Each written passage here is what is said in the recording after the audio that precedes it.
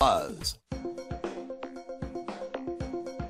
Arguing for the end of adult marijuana prohibition is easy because we have facts, science, reason, compassion, evidence, truth, and logic on our side.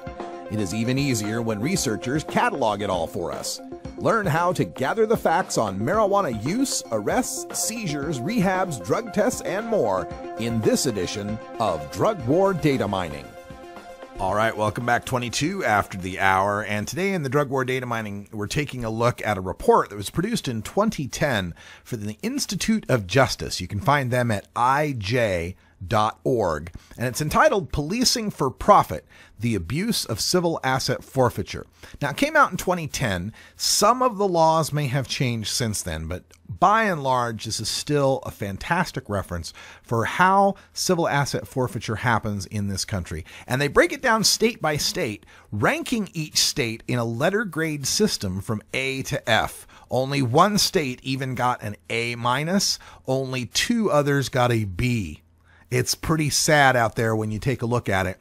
And you can find this, like I said, at ij.org, Policing for Profit. Of course, we're talking about civil forfeiture, where police and prosecutors can seize your car and other property, sell it, and use the proceeds to fund agency budgets, all without so much as charging you with a crime.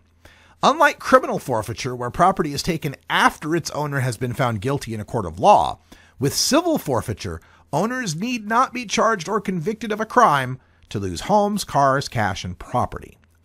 Americans are supposed to be innocent until proven guilty, but civil forfeiture turns that principle on its head. With civil forfeiture, your property is guilty until you prove it innocent.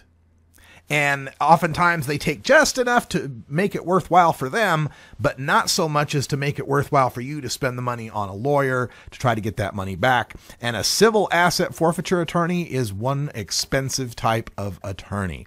It's really legalized theft by the police agencies out there. And it varies from state to state how bad this can be.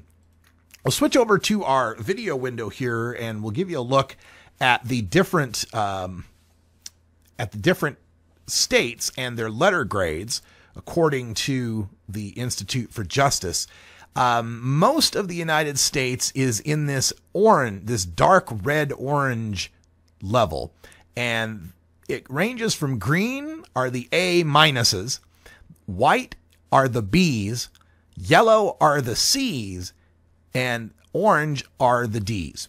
And so some of the country, Oregon, Idaho, getting a grade of C. That's great, I suppose.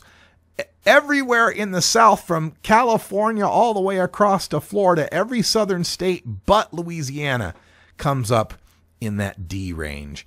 Maine being the only state to get the A-, Vermont and North Dakota getting the B's. And the reason why can be seen by how some of the factors they use to judge. And this is the proceeds. This is the civil forfeiture proceeds that are distributed to law enforcement. Like how much of the items that get seized, how much of the cash, how much of the homes go to law enforcement.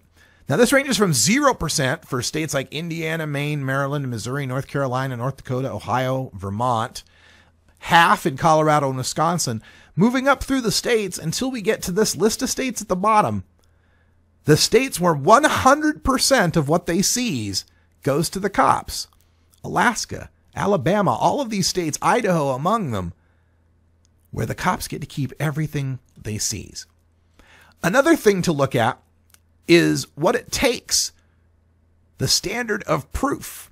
And as we move down this scale, we see how it's more difficult for a conviction, more difficult to be able to take those assets.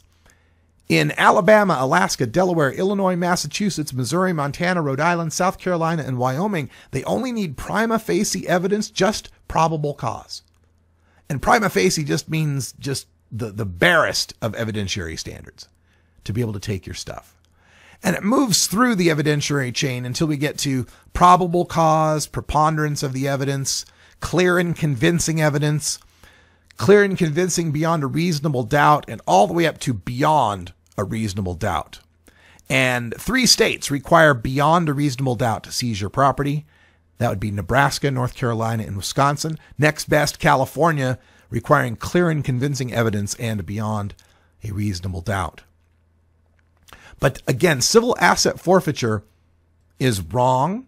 And Institute of Justice, IJ.org's report, Policing for Profit, can tell you more about it. It's still available online at the Institute of Justice, IJ.org. We'll post that link in our chat room for anyone who wants to take a look at it and learn more.